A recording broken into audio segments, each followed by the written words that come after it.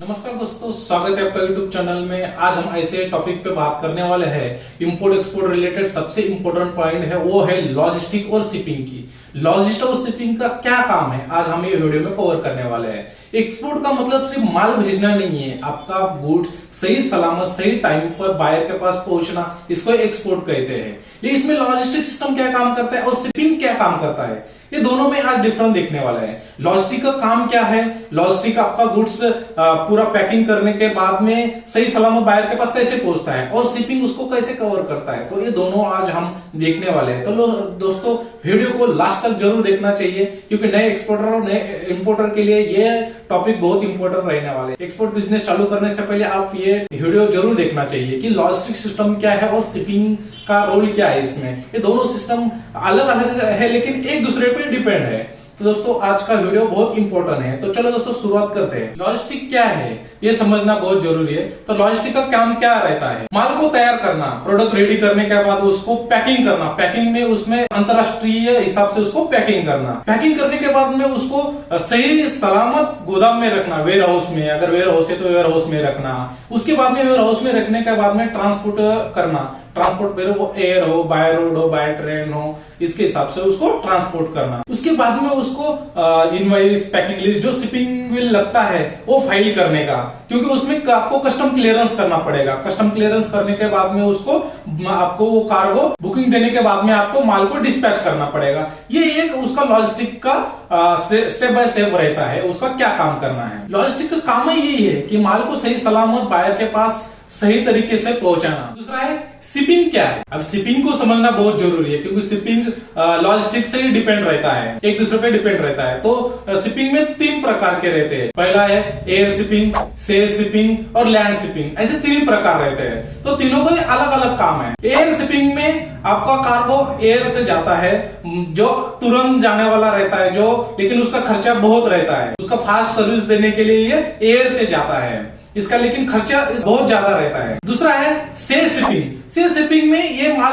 आप पूरा कंटेनर का कंटेनर बल्क में माल भेज सकते हो, इसमें खर्चा कम और गुड्स ज्यादा जाता है। तो ये नए इंपोर्टर और एक्सपोर्टर के लिए ये बहुत इंपॉर्टेंट है कि आप जब भी माल भेजेंगे तो सी शिपिंग से भेजना चाहिए, तो आपका खर्चा कम और गुड्स भी बल्क में जाएगा, कंटेनर से जाएगा, तो से माल भेजना चाहिए। और थर्ड है लैंड शिपिंग। लैंड शिपिंग में ट्रेन से या ट्रक से माल भेजा जाता है, जहां मुश्किल है वहां ट्रक से या ट्रेन से माल भेजा जाता है, इसमें खर्चा और थोड़ा कम हो जाता है। लॉजिस्टिक और शिपिंग में फर्क क्या है।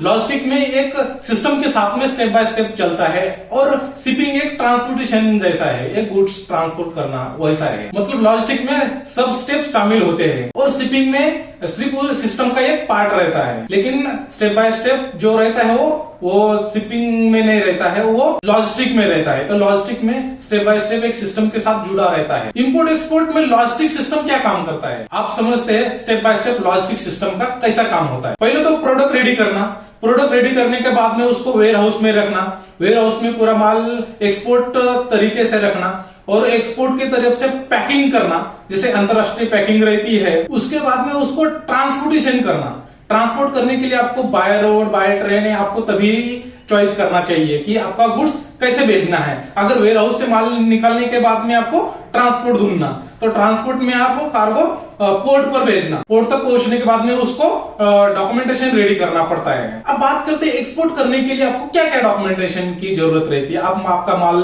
फैक्ट्री से एक्सपोर्ट तक पहुंच गया, अब वहां से भेजने के लिए आपको एक्सपोर्ट डॉक्यूमेंटेशन तैयार करना पड़ता है। तो एक्सपोर्ट डॉक्यूमेंटेशन आपको packing list, invoice, bill of lading, certificate of origin, insurance, ये ऐसे डॉक्यूमेंट्स आपको बनाना पड़ता है। अब बात आती है कस्टम क्लियरेंस की।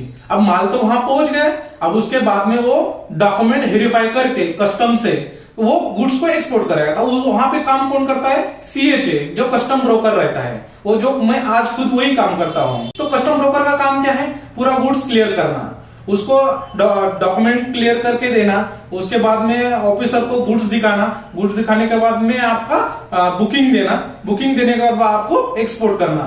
ये पूरा प्रोसेस होता है कस्टम क्लियरेंस में। अब कस्टम क्लियरेंस होने के बाद में उसको शिपिंग लाइन से सील लगाया जाता है, उसको सील लगाने के बाद में आपकी प्रोसेस कंप्लीट हो जाती है। अब बात आती है फ्रेट बुकिंग की। फ्रेट बुकिंग कौन करता है? फ्रेट बुकिंग करता है फ्रेट फॉरवर्डर या शिपिंग एजेंट। तो इसके थ्रू से एयर शिपिंग से बुकिंग या एयर बुकिंग किया जाती है। इसमें तय होता है कि वेसल कौन से तरीके से जाने वाली है, कहाँ जाने वाली है, कौन सा रूट है, इसमें मेंशन रहता है और कौन सी डेट पे वो पहुंचने वाली है। ये पूरा ट्रैकिंग के साथ में ऐसा रहता है। तो उसके लिए आपको ट्रैकिंग नंबर भी मिलता है कि वेसल कौन से दिन में पहुंचने वाली है। अब बायर के पास गुड पहुंच गया, अब बायर क्या करता है वहां पे, वो भी सेम कस्टम क्लियरेंस करके वो माल पोर्ट से छुड़ा लेता है और पेमेंट आप बायर को दे देता है। तो एक्सपोर्ट लॉजिस्टिक में कौन कौन जुड़ा रहता है? Exporter, transporter, freight forwarder, custom house agent, shipping line, port authority, insurance company, buyer और इंपोर्टर एजेंट, ये सब एक साथ में मिलकर इसमें जुड़ा रहता है। इनका सबका अलग अलग काम है। ये सब मिलकर ये गुड्स भेजने के लिए इतना लोगों का हेल्प लगती है, तभी आपका गुड्स सही सलामत बायर के पास पहुंच जाता है। अब बात करते हैं इंपोर्ट लॉजिस्टिक प्रोसेस। आपने जैसे एक्सपोर्ट किया वैसे ही यहाँ इंपोर्ट में होता है। तो इंपोर्ट में कैसे होता है? बायर बुकिंग देता है, बायर बुकिंग देने के बाद में गुड्स आ जाता है। तो यहाँ पे इंपोर्टर क्या करता है, उसको सीएचए के क्लियरेंस कर लेता है, कस्टम में क्लियरेंस कर देता है, जो उसका सीएचए रहता है। क्लियरेंस करने के बाद में जो उसका इंपोर्ट ड्यूटी है, टैक्सेस है, वो भर के वो माल छुड़ा लेता है। ये सेम प्रोसेस एक्सपोर्ट और इंपोर्ट में रहती है। जैसे एक्सपोर्ट में डॉक्यूमेंटेशन लगते हैं वैसे इंपोर्ट में लगते हैं invoice, packing list, certificate of origin, ये सब पूरे डॉक्यूमेंट उसमें लगता है, बिल ऑफ लैडिंग, ये सब डॉक्यूमेंट एक साथ में जुड़े रहते हैं। तो ये डॉक्यूमेंट के बिना वो कस्टम क्लियरेंस सीएचए कर ही नहीं पाता है। तो ये डॉक्यूमेंट बहुत इंपॉर्टेंट रहते हैं। जैसे इंपोर्ट में एक्सपोर्ट में रहता है वैसे ही इंपोर्ट में रहता है। शिपमेंट में जब भी आप माल गुड्स भेजेंगे तो आपको एफसीएल में कंटेनर भेजना चाहिए फुल, क्योंकि आपको एलसीएल में अगर भेजेंगे तो आपका खर्चा ज्यादा बढ़ेगा, क्योंकि एफसीएल में पूरा कार्गो आपको कंटेनर के साथ में जाएगा। जब भी भेजेंगे तो आप एफसीएल में कंटेनर भेजना चाहिए, तो आपका खर्चा कम हो जाता है। जब भी माल आप एक्सपोर्ट करेंगे तो एक्सपोर्ट पैकिंग के हिसाब से पैकिंग करना। जब भी आप अच्छा पैकिंग के साथ भेजेंगे तो आपका गुड्स का डैमेज और लॉस होने से बचा जाता है। तो भी पैकिंग करने से पहले आप अच्छी तरीके से एक्सपोर्ट जैसे पैकिंग करना चाहिए। डॉक्यूमेंट्स जब भी एक्सपोर्ट करेंगे तो डॉक्यूमेंट पूरा क्लियर होना चाहिए। अगर आपका डॉक्यूमेंट्स कुछ अधूरा है तो आपको पोर्ट पे डैमरेज लग सकते हैं। तो डैमरेज बहुत लंबे रहते हैं, बहुत महंगे रहते हैं, तो उससे बचने के लिए डॉक्यूमेंट्स प्रॉपर चेक करना चाहिए। जब भी माल भेजेंगे तो कभी भूलना नहीं चाहिए कि इंश्योरेंस निकालना, जब इंश्योरेंस कंपलसरी गुड्स का निकालना चाहिए। अगर ये बातें आपने फॉलो की तो आपका डैमेज और नुकसान कभी नहीं होगा। तो दोस्तों आपने समझ लिया कि इंपोर्ट एक्सपोर्ट बिजनेस में लॉजिस्टिक और शिपिंग का कितनी बड़ी भूमिका है। अगर आप इंपोर्ट एक्सपोर्ट बिजनेस में नए हैं तो आप एक अच्छे एक्सपोर्टर के साथ में, एक सीएचए के साथ में काम करना चाहिए। धीरे धीरे आप खुद सिस्टम सीख जाएंगे। लॉजिस्टिक सिस्टम समझने के बाद में आप खुद का प्रोडक्ट या खुद का माल आप एफसीएल में भेज सकते हो। पहले तो आप अच्छा फॉरवर्डर से और एक्सपोर्टर से सीखना चाहिए।